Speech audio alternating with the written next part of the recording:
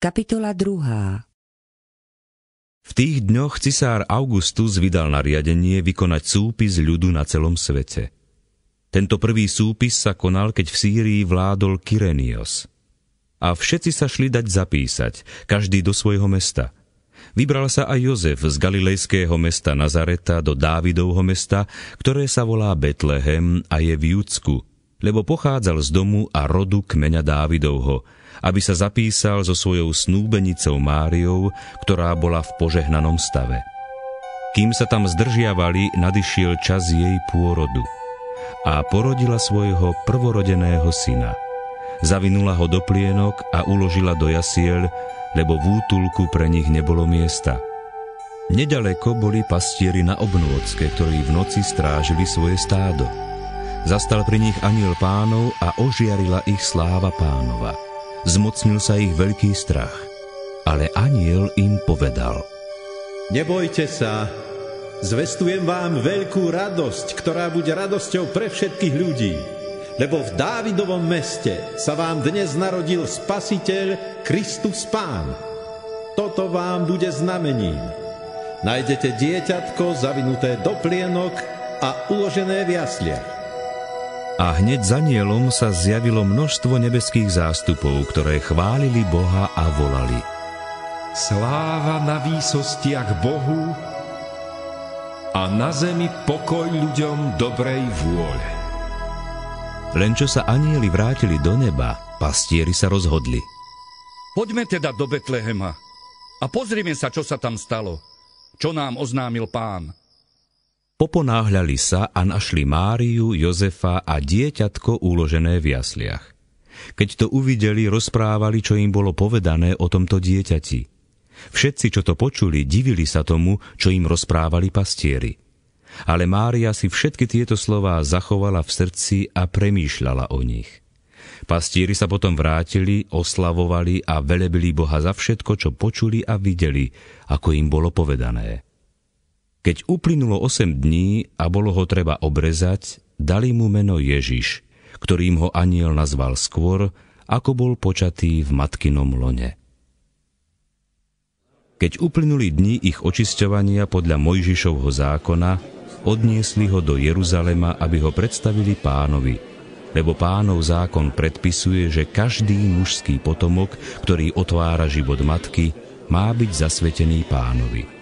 A aby obetovali pár hrdličiek alebo 2 holúbky, ako káže Pánov zákon. V Jeruzaleme žil vtedy človek menom Simeon. Bol to človek spravodlivý a bohabojný. Očakával potešenie Izraela a Duch Svätý bol nad ním. Duch Svätý mu zjavil, že nezomrie, kým neuvidí Pánovho Mesiáša. Z vnuknutia ducha prišiel do chrámu. A keď rodičia prinášali dieťa Ježiša, aby pri ňom splnili, čo bolo zvykom podľa zákona, vzal si dieťa aj on do náručia a velebil Boha slovami: Teraz prepúšťaš v pokoji svojho služobníka, Pane, podľa svojho slova, lebo moje oči videli tvoju spásu, ktorú si pripravil pred tvárou všetkých národov. Svetlo na zjavenie pohanov a slávu Izraela, tvojho ľudu. Jeho otec i matka boli prekvapení slovami, ktoré o ňom počuli. Simeon ich požehnal a jeho matke Márii povedal: Hľa, tento je určený mnohým v Izraeli na pád a na povstanie je na znamenie, ktorému budú odporovať. A tvoju vlastnú dušu prenikne meč, aby vyšlo najavo zmýšľanie mnohých srdc. Vtedy žila aj prorokyňa Anna, dcéra Fanuelova, Zaserovho kmeňa. Bola už v pokročilom veku. Keď sa vydala, žila s mužom 7 rokov a potom do 84 rokov ako vdova. Neodchádzala z chrámu, vodne v noci slúžila Bohu pôstom a modlitbami. Práve v tej chvíli prišla aj ona, velebila Boha a rozprávala o dieťati všetkým, čo očakávali vykúpenie Jeruzalema. Keď vykonali všetko podľa Pánovho zákona, vrátili sa do Galilei, do svojho mesta Nazareta. Chlapček rástol a mocnel, plný múdrosti, a Božia milosť bola nad ním. Jeho rodičia každoročne putovali do Jeruzalema na veľkonočné sviatky. Keď mal 12 rokov, tiež sa na sviatky vybrali, ako bolo zvykom. Keď sa po Veľkej noci vracali domov, chlapec Ježiš zostal v Jeruzaleme a jeho rodičia o tom nevedeli. Keďže sa domnievali, že je niekde v sprievode, prešli deň cesty, potom ho hľadali medzi príbuznými a známymi. Keď ho nenašli, vrátili sa do Jeruzalema a hľadali ho tam. Po 3 dňoch ho našli v chráme, ako sedí medzi učiteľmi, počúva ich a vypytuje sa. Všetci, čo ho počúvali, boli ohromení jeho rozumnosťou a odpoveďami. Keď ho zbadali, strpli od údivu a jeho matka mu povedala: Dieťa moje, čo si nám to urobil?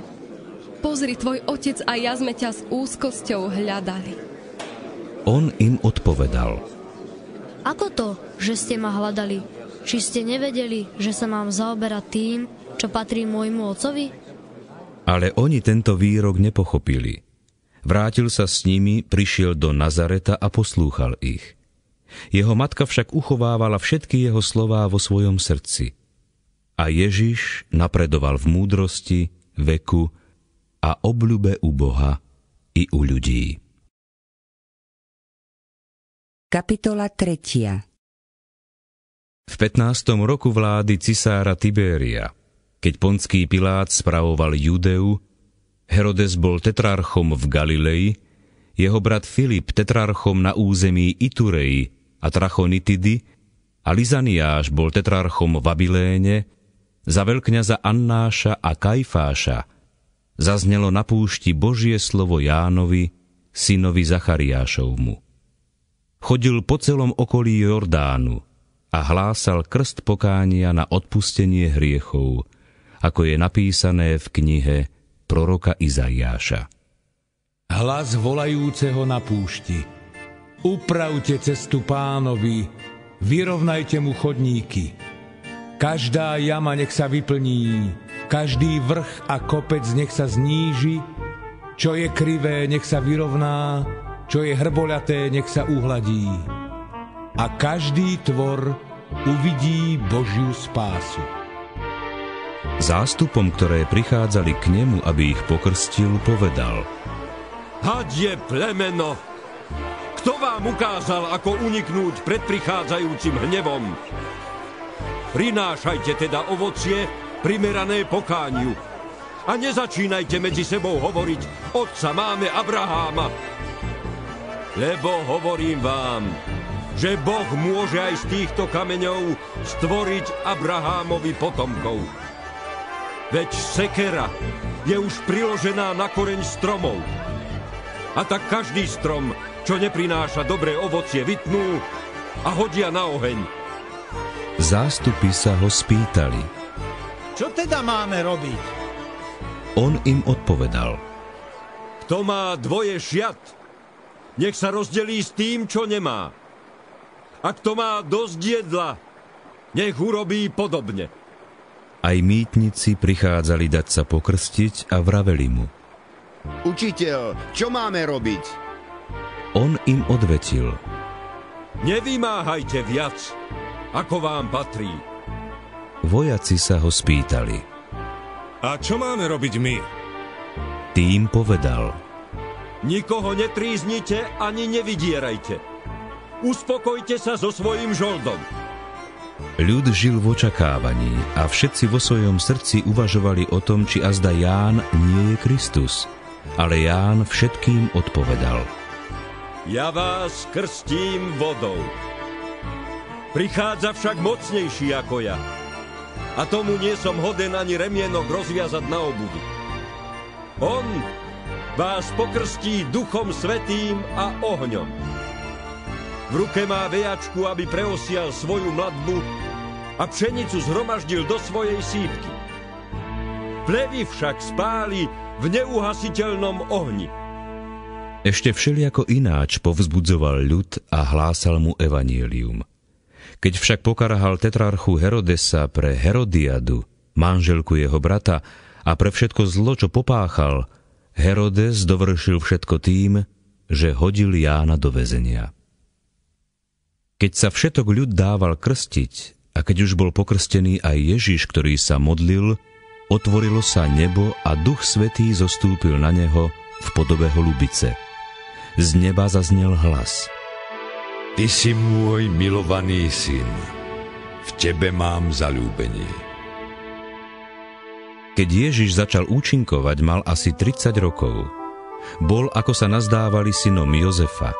Jeho predkami boli Heli, Matat, Lévi, Melchi, Janaj, Jozef, Matatiáš, Amos, Naum, Hesli, Nagge, Mahat, Matatiáš, Semein, Josech, Joda, Johanan, Resa, Zorobábel, Salatiel, Neri, Melchi, Adit, Kosam, Elmodam, Ér, Jesus, Eliezer, Jorim, Matat, Lévi, Simeon, Júda, Jozef, Jonam, Eliakim, Melea, Mena, Matat, Nátan, Dávid, Jesej, Obéd, Bós, Sala, Násón, Aminádab, Admin, Arni, Ezrom, Fáres, Júda, Jákob, Izák, Abrahám,